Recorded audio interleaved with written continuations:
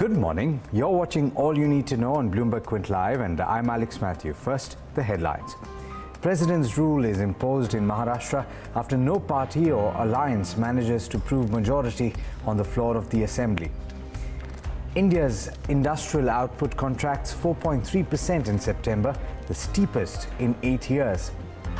Vodafone Group's CEO says that its India venture may be headed for liquidation unless it gets relief over spectrum and other charges from the government. Tata Group has approached China-based Geely Group and BMW to partner in its Jaguar Land Rover business. That's according to people with knowledge of the matter who spoke to Bloomberg. And Coal India has defied analyst estimates and expectations in the second quarter, owing to a 63% drop in tax expenses. This even as prolonged rains disrupted production at many of its mines. Let's talk about the US markets now. It was a subdued trading session on Wall Street yesterday. The Dow Jones ended more or less unchanged, in fact practically unchanged. 0% change there. It was the first such close since October of 2014. The Nasdaq and the S&P 500 though managed to eke out minor gains. Abigail Doolittle of Bloomberg News tells you what happened in that trading session in this report. Stocks finished largely unchanged in Tuesday's Wall Street session. The Dow finished literally flat. The S&P 500 and the Nasdaq both finished slightly higher, up about 0.2% at session highs. Those latter two indexes up more than 0.5%. President Trump did speak at the Economic Club of New York. Traders, investors had eagerly awaited an update or some sort of new information around an easing of the trade war between the U.S. and China, but no new details came out. So again, stocks essentially finished flat, but to the upside. In fact, the S&P 500 putting in a new all-time high. Now, sector-wise, not surprisingly, it was mixed, but more sectors did trade higher, led by healthcare and materials. To the downside, real estate did the worst, down 0.8%, followed by energy, down about 0.6%. There were some outsized movers beneath this relatively calm surface. One to the upside, Facebook, up 2.6%. This on news of consolidation of the company's payment tools. Some of the chips did well too. Overall, the stocks outperformed to some degree after Dialog and Infineon. Those are European chip suppliers, Apple suppliers, put up strong quarters. The outlook for Dialog in particular was strong. Two of the notable performers in the chip sector, AMD and Micron, both of those stocks finishing up more than 1%. And Disney was another stock that did well on the day, up 1.3%. This on the launch of their streaming service, Disney Plus, and there was so much demand, there were some outages, but nonetheless, the stock doing really quite well. Now, relative to other assets, the bond market reopened after a 3-day weekend, closed yesterday for celebration of Veterans Day here in the U.S. On the day, yields fell, bonds gained. Price does trade inverse to yields. And when you put that together with stocks largely unchanged, just up slightly, it points to a neutral risk appetite. In New York, Abigail Doolittle, Bloomberg News. All right, let's also take a look at the Asia-Pacific region. Rosalind Chin is joining us live from the Bloomberg studios in Hong Kong. Morning, Rosalind. Seemingly a risk-off sentiment this morning in Asia. How's it looking? Some of those markets coming on stream as we speak? That's right. We've got markets in Hong Kong and China opening, and they are in the red at the outset. Now, of course, it hasn't been a great time in terms of these discussions about U.S.-China trade because, of course, another pronouncement from Trump and investors get jittery all over again. Of course, this time we are hearing that basically President Trump has been saying, well, if China doesn't sign a trade deal, then tariffs will be increased and they'll be hiked even higher. That, of course, isn't helping to help lay any kind of certainty about the situation at all. Now that this deluge of earnings that we've had recently is becoming a trickle, the focus again really coming back onto that trade situation. And we've also got Jerome Powell addressing Congress on Wednesday, so investors waiting to see what words will be coming out of him on the situation in the US as well. We've got Japan's topics trading lower for the first time after 6 sessions of gains. Right now it's down about 0.5%. The Nikkei down more than that by about 0.8% at this point in the session. We've seen Nissan slumping That's after the company withdrew its full-year dividend outlook of 40 yen per share. Nissan, of course, has been dealing with all the issues and the fallout from the Carlos Ghosn scandal in the last year or so. Nissan Motor now trading lower by 1.5%. Of course, Hong Kong, I have to talk about that because we are seeing the third straight day now of disruptions to the transportation here in Hong Kong. People aren't able to get to work. Schools are being cancelled. Much disruption around the centre part of the city, especially around the business areas of Hong Kong. And we are seeing right now that the Hang Seng Index is trading lower by about 1.4%. We've also got some news in terms of IPOs, with Alibaba winning approval for a Hong Kong listing from the Hong Kong Exchanges and Clearing. That's according to a Bloomberg source. They're looking to raise as much as $15 billion from this IPO this year. It could be the biggest this year. They could raise about $10 billion, according to our sources. Bloomberg, of course, has been reporting that this deal could be coming. Now, we've also got Tencent results coming out later today as well. Tencent, of course, one of the most heavily weighted on that Hang Seng Index, so a key number to watch out for later on today. Elsewhere in the region, we're looking at the S&P ASX 200. That is trading lower by about 0.5%. Energy stocks there not performing too strongly today. Those are among the main decliners. Energy and also industrials also pulling the weight down on that exchange. Back to you. Thanks so much for that, Rosalind. Well, Rosalind just mentioned the protests in Hong Kong continue, and in fact there were clashes even last night between protesters and the police. Sophie Kamruddin of Bloomberg News is bringing you the latest on that situation. Schools have been closed across the city, 11 universities as well canceling classes, as we are seeing disruption to travel in Hong Kong for a third straight day. Now, here in Central, where I'm standing, it does seem like business as usual with folks coming in and out of the MTR station entrance. But elsewhere, travelers are stranded with some rail and bus services suspended. At least 3 MTR stations are closed and some roads littered with debris. So folks who have to contend with these travel disruptions, including parents, including students, they certainly have this to face today. And this likely will not alleviate the impacts to the economy. Bloomberg Intelligence saying the economy will likely fall into deeper contraction in the fourth quarter as the 4 key industries like finance and tourism continue to face severe headwinds in the city, as we've seen retail sales continue to come under pressure. Are we expecting further clashes across university campuses? They've really kind of been the ground zero for some of these altercations that we've seen, Soph.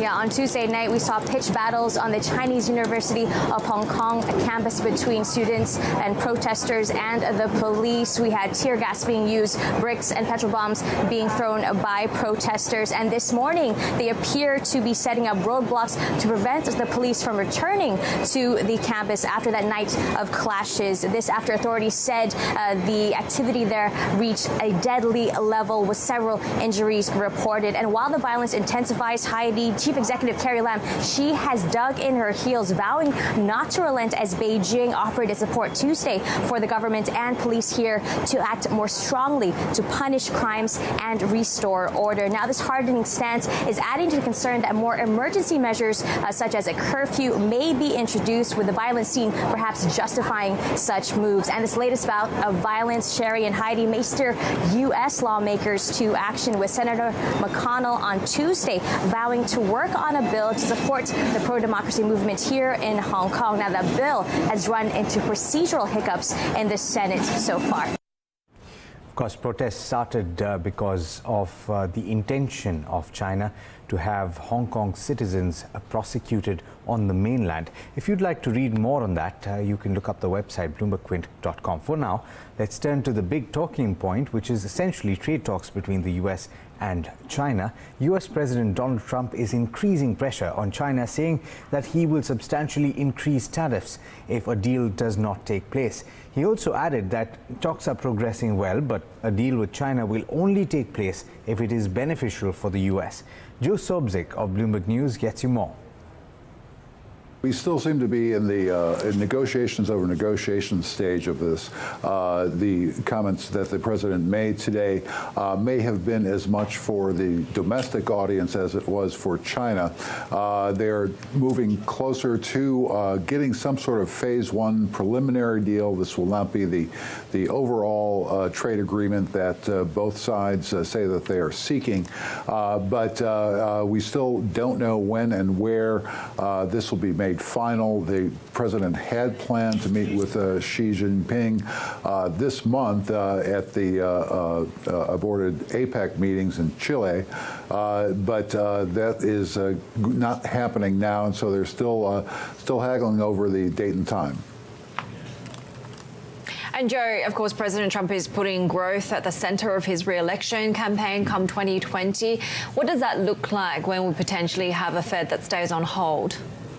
Well, most voters are not going to be responding to what the Fed does or whether it holds off on any other changes in interest rates. What they'll be responding to are the economic conditions that they feel is, say, come August next year, if there is a sudden slowdown in the economy, an acceleration of inflation, that will have a much greater effect on what the voters will be doing. But as the status quo is now, the economy is moving along fairly well, and it's probably one of Trump's biggest strengths going into his re-election campaign.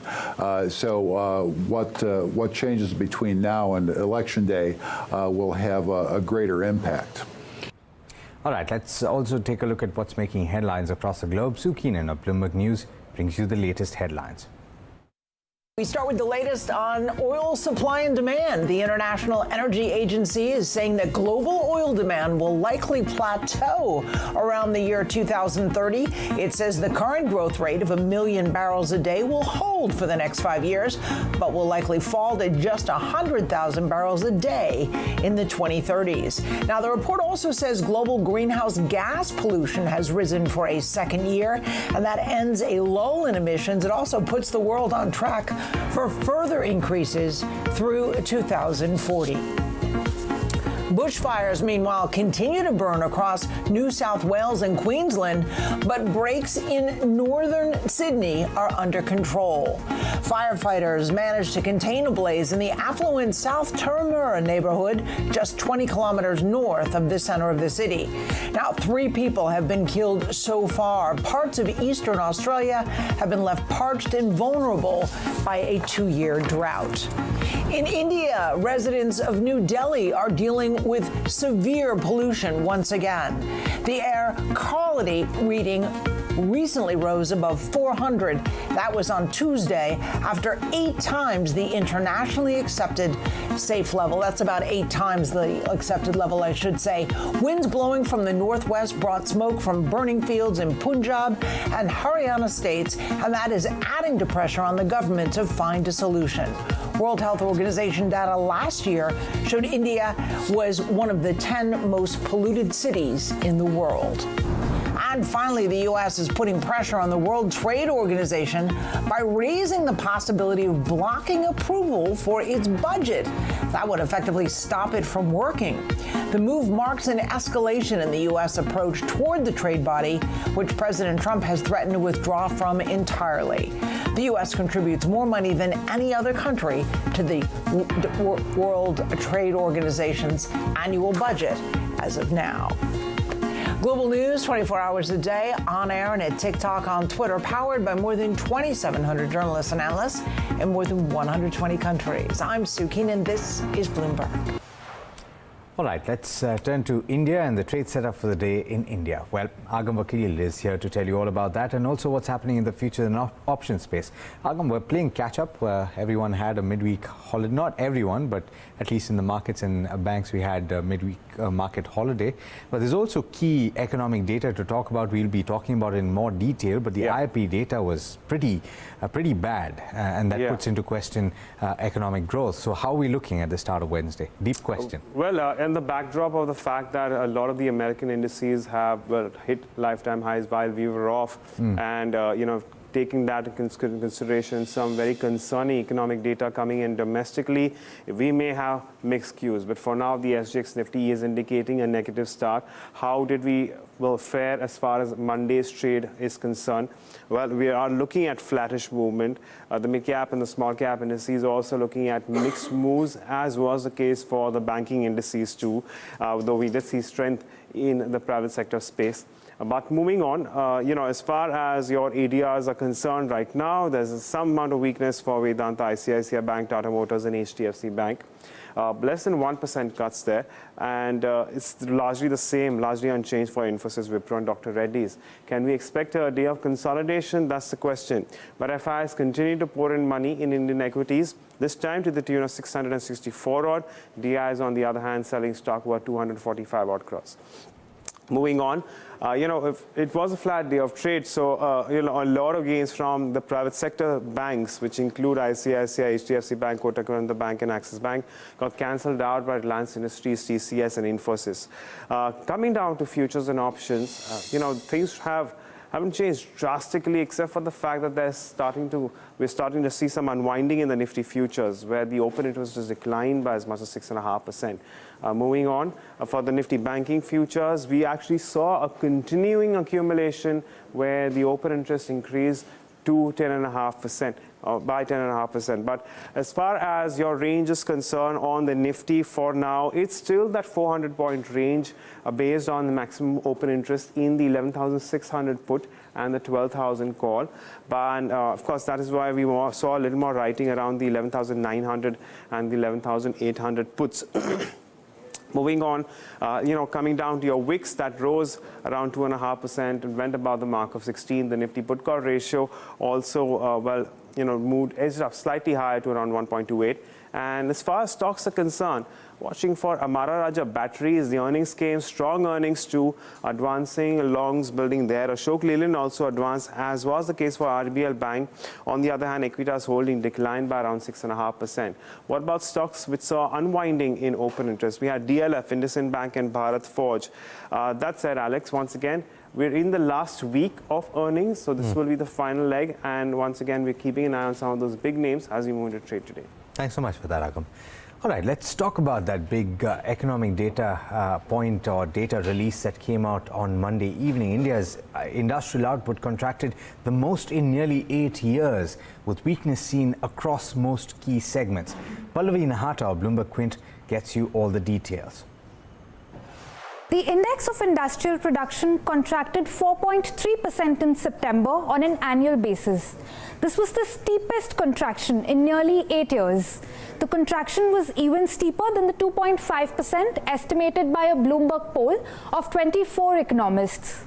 Cumulative growth for the first half of the financial year was 1.3% compared to 5.2% in the same duration last year. The weakness in output was widespread, with all three industrial segments contracting. Manufacturing output contracted 3.9% in September compared to a contraction of 1.2% in August. 17 out of the 23 manufacturing industries saw a contraction in output in September.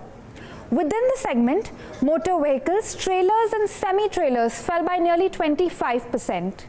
Mining output fell 8.5% after having remained flat in August. Electricity generation fell 2.6% compared to a contraction of about 1% in the previous month. This was the steepest contraction in the current series. Classification of industrial output as per end use indicated a continuing deep slump in investment activity. Output in capital goods fell for the 9th straight month, contracting 20.7% in September. Primary goods contracted 5.1%, while infrastructure contracted 6.4%. Intermediate goods continued to grow at 7% in September. Production of consumer durables and non-durables contracted, even though this was a month leading into the festive season. Consumer durables contracted 9.9% compared with a contraction of 9.1%, while consumer non-durables output contracted 0.4% compared with a growth of 4.1% in the previous month. Weak industrial output adds to a long list of falling growth in economic indicators. Data adds to fears that growth in the Indian economy slowed further in Q2 of FY20 after having hit a 6-year low of 5% in Q1. Of course, Q2 GDP numbers will come out later in the month. But let's turn to earnings. Now, Agam mentioned that there are a few more left this week, and he's back to tell you all about Britannia. It managed to meet street expectations in the second quarter. Agam, that's partly aided by the festive demand, but what are the key details that you picked up? Sure, Alex. The earnings were in line with consensus expectations. You already mentioned, but so as far as the revenues are concerned, they rose 6%. We saw our gains in your EBITDA as well, which rose 8.5% year on year. Our EBITDA margins also improved by to around 16.1% against 15.8%, and profits rose 33%. We saw volumes which are being estimated by brokerages coming in around 3%, and the balance 3% in the growth was on price action that the company took in the past couple of quarters. Gross margins remained flat at around 41.1%, and there was, however, some pressure when it comes to flour, and of course, there was a sharp rise in milk prices. That said, that's also the reason why RM costs rose 8.5%. But because the fact that gross margins have remained flat, the company has been able to curtail some of these rising costs. Company does expect government measures to kickstart economy and boost demand, and the bottom line boost, of course, was on account of the lower corporate tax structure which the company has taken up. But on the whole, largely in line with the consensus expectations. Thanks so much for that, Agam. On to a company that surprised this quarter. Coal India managed to surpass analyst expectations despite production outages due to torrential rainfall and strikes at many of its subsidiary companies. Nikki Mirchandani is here to take you through what led to this outperformance. Nikki, morning. What are you picking up? Okay, I'm just going to sum it up in 5 key points as to how the earnings were. Essentially surpasses estimates on operational level. You've seen, you just mentioned that the volumes were lower, but then despite that, the company delivered good set of numbers, better than what at least the street was estimating, essentially on account of higher prices and lower cost. Now, when you talk about lower cost, it was essentially the contractual expenses, power and fuel, and the stable employee cost, which somehow limited the decline of the EBITDA performance of the company. Talking about the realization, Coal India registered the best ever FSA realization due to higher supply to non-power consumers and grade control. On the other hand, you had e-auction realizations, which actually missed the estimates and was down by as much as 22%. It's essentially on account of e-auction premium, which fell to the lowest since Q2 FY18 due to lower international prices. Having said that, still the numbers were better than what the street was estimating, and we expect a positive reaction on account of that. All right. Well, the other company, Nikki, that you were tracking and that reported earnings post market hours on Monday was Hindalco. And that also, I believe, was in line with expectation. But what are the key highlights? Nothing out of textbook for Hindalco, actually pretty much in line with estimates quarter. That's always been the trend for Hindalco now. But then if you look at the Q2 standalone EBITDA, that was down by 27%, pretty much what the street was estimating. It was lower volumes, which was essentially the same phenomena here, where severe rains impacted the volume performance. There was weak byproduct realization, which weighed on the earnings. Talking about the segmental performance, aluminium division was down by 38%. To an extent, the decline was limited by the lower input cost, but for copper business, EBITDA was down by 38% and it missed the estimate. You had lower, for the copper division, besides the lower byproduct realization, the volumes essentially were impacted by rains in Dahej during August 2019 period.